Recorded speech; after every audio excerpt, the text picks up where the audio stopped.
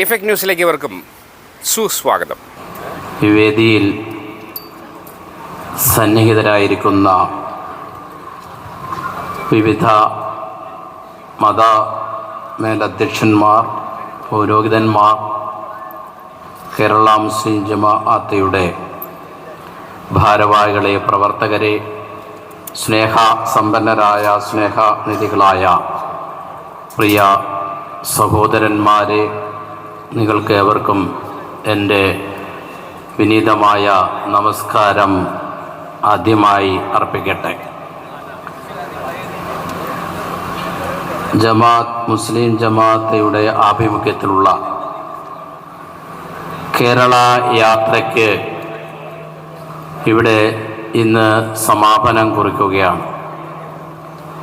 വലിയ ഒരു ലക്ഷ്യത്തോടു കൂടിയാണ്, വലിയ ഒരു ആശയം സമൂഹത്തിന് സമർപ്പിച്ചുകൊണ്ടാണ് കേരള യാത്ര ഇന്നിവിടെ സമാപിക്കുന്നത് എന്നുള്ളത് ഏതൊരു ദേശസ്നേഹിയെ സംബന്ധിച്ചിടത്തോളം, ഏതൊരു മനുഷ്യസ്നേഹിയെ സംബന്ധിച്ചിടത്തോളം വളരെയേറെ ശ്രദ്ധേയമാണ്, സ്വാഗതാർഹമാണ് എന്ന് ആമുഖമായി തന്നെ സൂചിപ്പിക്കുവാൻ ഞാൻ ആഗ്രഹിക്കുകയാണ്. നമ്മുടെ ചുറ്റുപാടിലേക്ക് നാം കണ്ണോടിക്കുമ്പോൾ ഏതെങ്കിലും മതത്തിലോ മതവിശ്വാസത്തിലോ മത ആചാര്യന്മാരിലോ വിശ്വസിക്കുന്ന വിശ്വാസ സമൂഹമാണ് നമ്മുടെ മുമ്പിലുള്ളത്.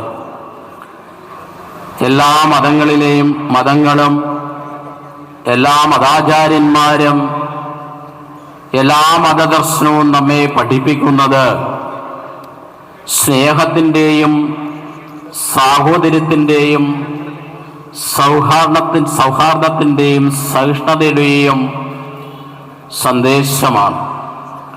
പക്ഷേ ഇത്തരത്തിൽ മതവിശ്വാസങ്ങളും മതവിശ്വാസികളും തിങ്ങിപ്പാർക്കുന്ന നമ്മുടെ സമൂഹത്തിൽ ചില സംഭവവികാസങ്ങൾ കാണുകയും കേൾക്കുകയും ചെയ്യുമ്പോൾ എന്താണ് ഇങ്ങനെ സംഭവിക്കുന്നത് എന്ന് നാം പരിശോധിക്കുമ്പോഴാണ്, ആത്മാപരിശോധന നടത്തുമ്പോഴാണ്, ആത്മാവിചിന്തനം നടത്തുമ്പോഴാണ് നാം വിശ്വസിക്കുന്ന വിശ്വാസ പ്രമാണങ്ങളെയും നാം അനുഷ്ഠിക്കുന്ന ആചാര അനുഷ്ഠാനങ്ങളെയുമെല്ലാം പൂർണ്ണമായും അത് സ്വായത്തമാക്കുവാനും ഹൃദയം കൊണ്ട് ഏറ്റുവാങ്ങി അത് നമ്മുടെ ജീവിതത്തിൽ പകർത്തുവാൻ കഴിഞ്ഞിട്ടുണ്ടോ എന്ന് നാം ആത്മാപരിശോധന നടത്തേണ്ടത്.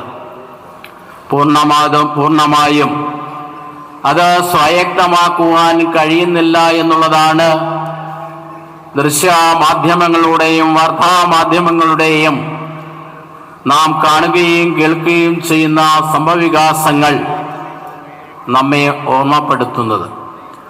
അതുകൊണ്ട് തന്നെ വിവേകവും വിശേഷബുദ്ധിയുമുള്ള മനുഷ്യൻ അവൻ്റെ ജീവിതം അർത്ഥപൂർണമാക്കുവാൻ, അർത്ഥസമ്പുഷ്ടമാക്കുവാൻ നമുക്ക് സത്യദർശികളായ, ഈശ്വരദർശികളായ ആചാര്യന്മാരും ഗുരുക്കന്മാരും മതപണ്ഡിതന്മാരും നൽകിയിട്ടുള്ള മഹത്തായ ആശയങ്ങളെ സംബന്ധിച്ച്, ആദർശങ്ങളെ സംബന്ധിച്ച്, ഉത്ബോധനങ്ങളെ സംബന്ധിച്ച് വിശ്വാസ സമൂഹത്തിന് അവബോധം കൊടുക്കേണ്ട ചരിത്രപരമായ കടമ, ചരിത്രപരമായ ദൗത്യം നമ്മുടെ മുമ്പിലുണ്ട് എന്നുകൂടി സൂചിപ്പിക്കുവാൻ ഞാൻ ആഗ്രഹിക്കുകയാണ്.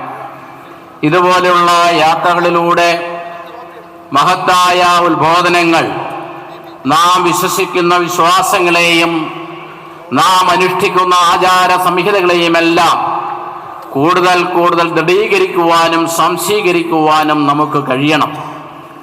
കാരണം നാം ഇന്നൊരു നൂറ്റാണ്ടിലേക്ക്, ഒരു പുതിയ നൂറ്റാണ്ടിലേക്ക്, ഒരു പുതിയ സഹസ്രാബ്ദത്തിലേക്ക് നാം കാൽവെച്ചിരിക്കുകയാണ്.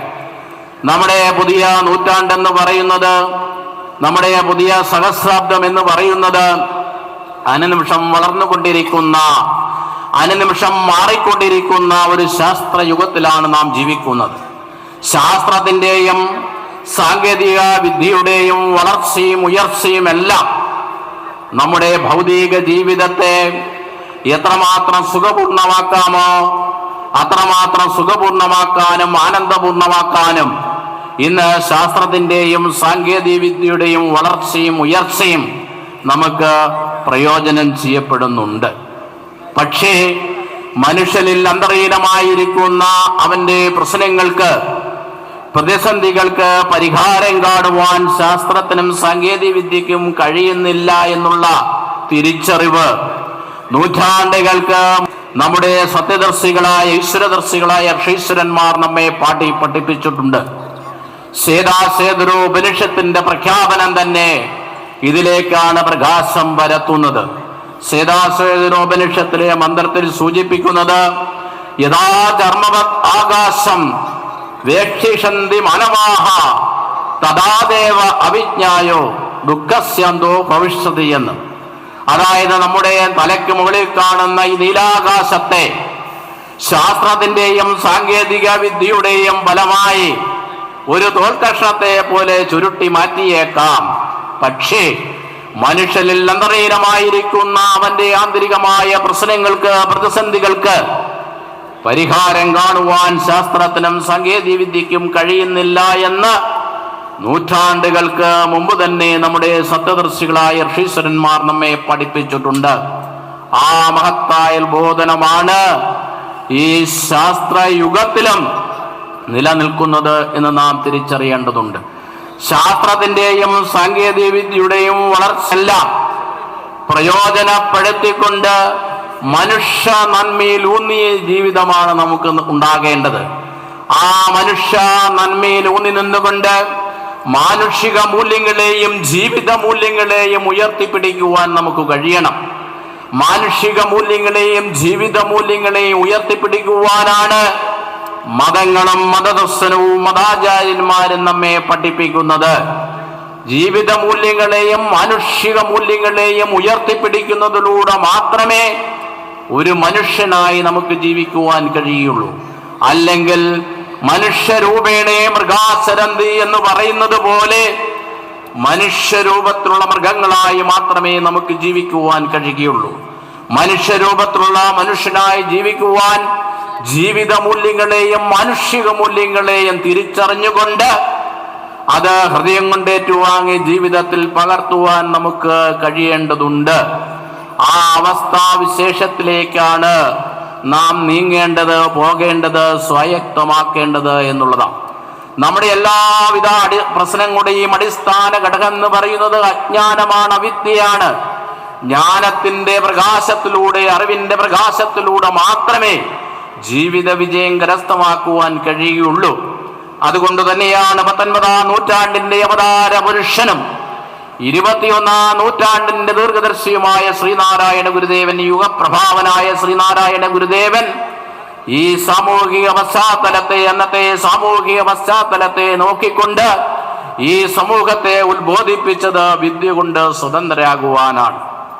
വിദ്യയിലൂടെ മാത്രമേ, അറിവിലൂടെ മാത്രമേ, ജ്ഞാനത്തിലൂടെ മാത്രമേ സ്വതന്ത്രത കൈവരിക്കുവാൻ കഴിയുള്ളൂവെന്ന് യുഗപ്രഭാവനായ ശ്രീനാരായണ ഗുരുദേവൻ നമ്മെ ഓർമ്മപ്പെടുത്തുകയുണ്ടായി.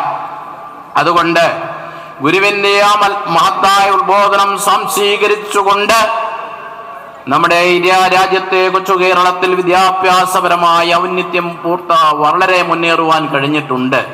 വിദ്യാഭ്യാസപരമായ ഔന്നത്യമുള്ള കൊച്ചു കേരളത്തിലും നടന്നുകൊണ്ടിരിക്കുന്ന സംഭവവികാസങ്ങളാണ് ഞാനിവിടെ സൂചിപ്പിച്ചത്. അതുകൊണ്ട് വിദ്യയിലൂടെ വിവേകം സമാർജിക്കുന്ന, വിദ്യയിലൂടെ തിരിച്ചറിവ് സമാർജിക്കുന്ന വിദ്യാഭ്യാസമാണെന്ന് കാലഘട്ടത്തിന് അനിവാര്യം ആവശ്യത. അങ്ങനെ തിരിച്ചറിവിന്റെ വിദ്യാഭ്യാസത്തിലൂടെ ഒരു മനുഷ്യ സൃഷ്ടിക്ക് വേണ്ടി പ്രവർത്തിക്കുവാൻ നമുക്ക് കഴിയണം.